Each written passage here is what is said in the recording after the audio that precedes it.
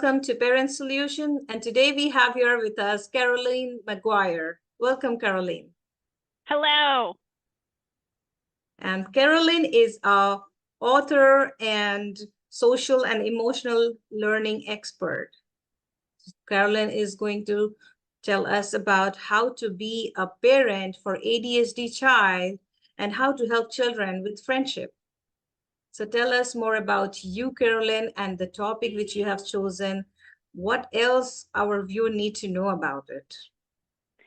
Sure. So I have a master's degree focused on early childhood development and social emotional learning. So that's why I'm qualified to talk about this.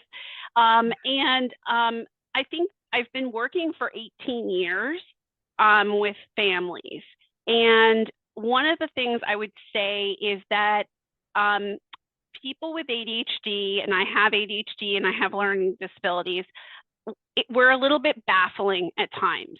And as a parent, you can get really caught in the cycle of can't versus won't, because sometimes it feels like, why can this kid, put together a Lego set fit for an 18-year-old in 30 minutes and they can't find their shoes?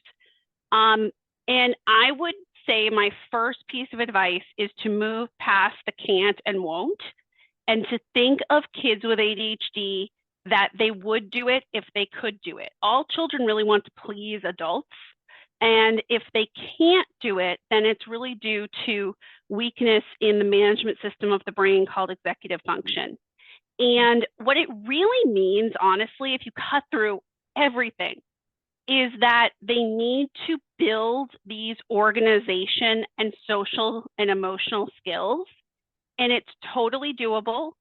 We have longitudinal studies that show you can, but they're going to need environmental supports, everything from timers, alarms, setting things up, to you as a parent teaching them, whereas a typical child might just pick it up from watching you.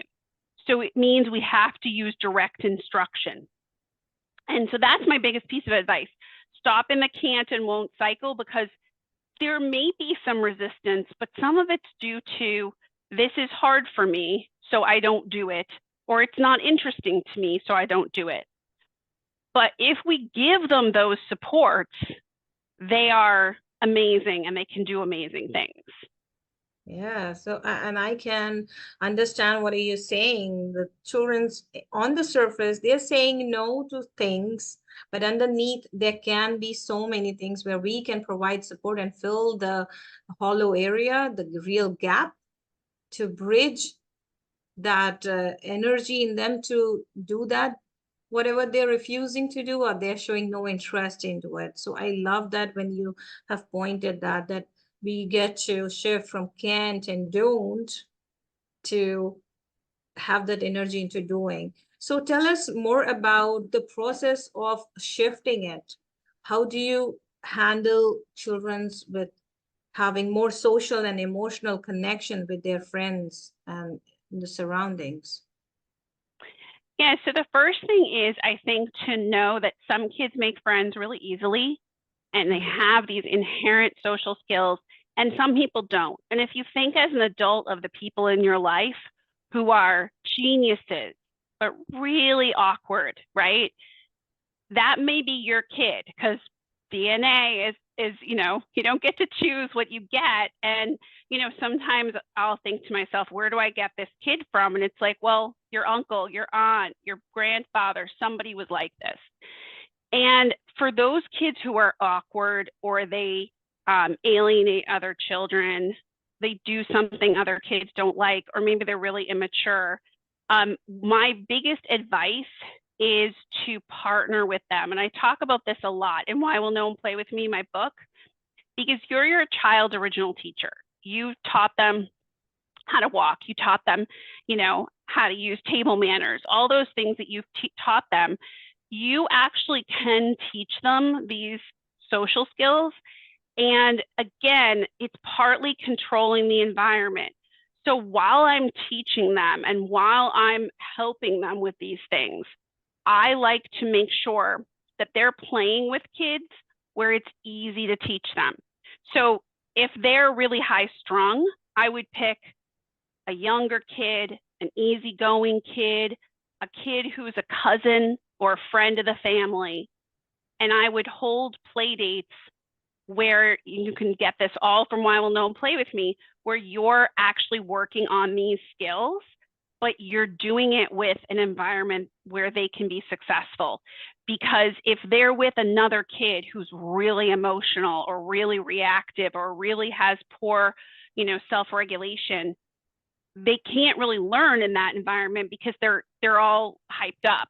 So I like to make it so that we're learning, but we're doing it with kids where it's actually possible. Yeah.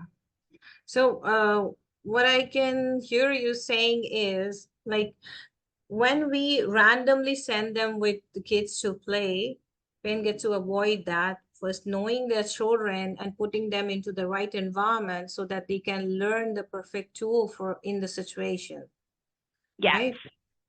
Yes, absolutely. That's a really great recap, because if you think about anything you've ever learned, if the environment is really chaotic, it's really hard to focus on that learning. Whereas if your kid is really inflexible, you put them with another kid where they're better temperament together, then you can work on with your kid how they're going to be flexible on this play date, pick specific things they're going to be flexible about, and then have them play with this kid and be on the sidelines. And then sometimes you'll have to come in, but you're in an environment where they can actually focus on learning, versus also a kid who isn't modeling for them that flexibility, right? So, and I would have discussions about, we're all working on something. This is something we're going to work on together. I wouldn't pathologize them and say, you're bad, you're wrong. But one of the phrases I love is like, we're all good at different things. This is like something we're going to work on, just like some people work on math, some people work on, the Legos, and really make it so that they know that in our lives, we get help for stuff and we work on stuff. Because that's a life skill too, if you think about it, being willing to work on yourself. Yes. Wow. That's great what you shared. So can you tell us how to be a parent for ADHD child? Like every second parent is thinking that my child has ADHD and they are going crazy with this active child. So how to be a parent for an ADHD child? So one thing I would say is that diagnostic rates have gone up, but not for women and girls. So women and girls and minorities are still way underdiagnosed because it looks different and because they don't have as much access to healthcare. What I would say is when you're thinking or you get a diagnosis for a kid, and they may be active, they may also be inattentive and be very like dreamy and a little sort of spaced out. One of the biggest things that I think to be a parent for this child is to see their strengths, because they may have weaknesses, but they also probably have tremendous strengths. And they are going to face, we know from research, 5 negative comments to every 1 positive comment because of their behavior. I'm not saying we don't correct behavior, but think about hearing negative messages all day long. It makes you have no confidence. What do you need to try new things? Confidence, right? To go out and get a job, do different things, apply to university. So we don't want to create a situation where we're facing an 18, 19-year-old with no confidence. From an early age, I would be having them involved with activities that highlight their strengths, so they have something they feel good about and something to compensate for the weaknesses. Because a lot of what I see is kids with no confidence who kind of give up because they don't really feel good about themselves. And so that's the biggest thing you as a parent can do. And not just hollow compliments. Like if they know they're really good at certain stuff, then they have a career trajectory too. Yeah, so that's the very important thing, which I have also observed in my parenting journey. If I want to see something in my children later on, when they are an adult, I get to keep moving now, and the committed action I get to take now is very important, which is going to make them. So thank you for sharing that with us. And can you please share a few tips for our viewers, like one, two, three tips to raise ADHD children? Preview works with a lot of kids. So saying to them, hey, in 5 minutes, you're going to get dressed. Hey, in 10 minutes, you're going to put your Legos away. Hey, in however many minutes, because they have a very time blind mind where they don't have a good sense of time. So you're also building that sense of time. Two, I would have a big clock in your kitchen or big living space in which you mark off with a marker, and you can use wet dry markers, the schedule for the morning. Make a poster of the schedule for the morning and show them the time from a very early age, because one of the biggest hurdles ADHD people have is this time blindness, and you want them to have a sense of time.